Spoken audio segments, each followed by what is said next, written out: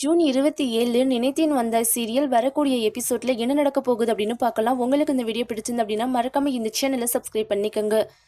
கல்யாணம் பண்ணியே ஆகணும் அப்படிங்கிறதுக்காக போலியான ஒரு ஜாதகத்தை ரெடி பண்ணி காசு கொடுத்து ஒரு ஜாதகரையும் வீட்டுக்கு கூட்டிட்டு வர்றாங்க மனோ.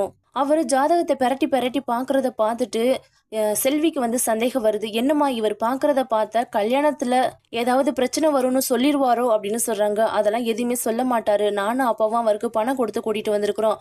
அதுவும் எழிலுடைய ஜாதகத்துக்கு பக்காவா பொருந்துற மாதிரியான ஒரு போலியான ஜாதகத்தை தயாரிச்சு தான் நாங்க கொண்டுட்டு வந்திருக்கிறோம் அப்படின்னு சொல்றாங்க.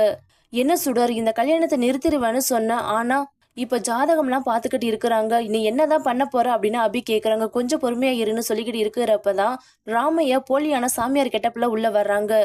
ராமையாவை பார்த்துட்டு வீட்டுல இருக்கிற எல்லாருமே ஷாக்கிங் ஆகுறாங்க. இந்த வீட்டுல விசேஷம் நடக்க போகுதுன்னு உங்களுக்கு எப்படி தெரியும் அப்படின்னு எழிலுடைய அம்மா கேக்குறாங்க.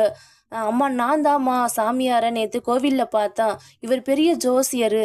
இவரை பாக்குறதுக்கு பெரிய பெரிய பணக்காரங்க எல்லாருமே கியூல நிப்பாங்க. நானும் எழில் சாருக்கு கல்யாணம் ஆக போகுதில்ல, அதனால நேத்து ஒரு டோக்கனை வாங்கி அவரை போய் பார்த்துட்டு வந்து அவர் வீட்டுக்கு வரேன்னு சொன்னாரு. நான் தாமா வர சொன்னேன் அப்படின்னு சுடர் வந்து சொல்றாங்க. மனவுடைய ஜாதகத்தை வாங்கி பார்த்துட்டு இந்த 2 ஜாதகத்துக்கும் பொருத்தா சுத்தமா நல்லாவே இல்லை அப்படின்னு சொல்றாங்க. என்ன சொல்றீங்க, இதெல்லாம் ரொம்ப தப்பா இருக்குது. நான் 10 வருஷமா இந்த தொழிலை பண்ணிக்கிட்டு இருக்கிறேன். என் வாக்கு தப்பானதே கிடையாது அப்படின்னு சொல்றாங்க. அப்ப நான் போய் சொல்றேன்னா நான் எவ்வளவு பெரிய சாமியார்னு உனக்கு தெரியுமா? பேசாம இரு அப்படின்னு சொல்றாங்க. ஆனா ஒண்ணுமா, இந்த ஜாதகத்துல இருக்கிற எல்லா குறையுமே தீரணும்னா நான் சொல்ற பரிகாரத்தை செஞ்சா மட்டும் போதா அப்படின்னு சொல்றாங்க. சரிங்க சாமி, நீங்க சொல்லுங்க, என்ன பரிகாரமா இருந்தாலும் சரி நாங்க செஞ்சாடுறோம் அப்படின்னு எழிலுடைய அம்மா சொல்றாங்க.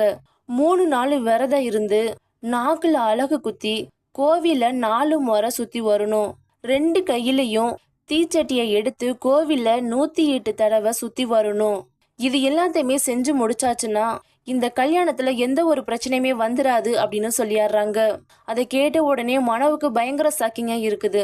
சரிங்க சாமி, நீங்க சொன்ன மாதிரியே நாங்க எல்லா ஏற்பாடுமே பண்ணிடுறோம் அப்படின்னு எழிலுடைய அம்மாவும் வாக்கு கொடுத்தாடுறாங்க.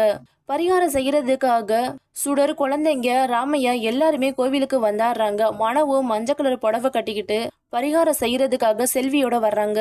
முதல் பரிகாரம் நாக்குல வேலை குத்தணும் அப்படின்னு சொல்றாங்க. ஐயோயோ, என்னால முடியாது அப்படின்னு மனம் வந்து கதறி அழுதுகிட்டு இருக்கிறாங்க. இருந்தாலும் ராமையா விடவே இல்லை. நீ செஞ்ச பாவத்து எல்லாத்துக்குமே இரு, நான் உன்னைய என்னென்ன பண்றேன்னு பாரு அப்படின்னு சொல்லிட்டு நாக்குல குத்தி இறக்கிடுறாங்க. வலி தாங்க முடியாம கோவிலுக்குள்ளேயே மன துள்ளி குதிச்சுக்கிட்டு இருக்கிறாங்க. அதை பார்த்துட்டு சுடர், குழந்தைங்க எல்லாருமே பயங்கரமா விழுந்து விழுந்து சிரிக்கிறாங்க.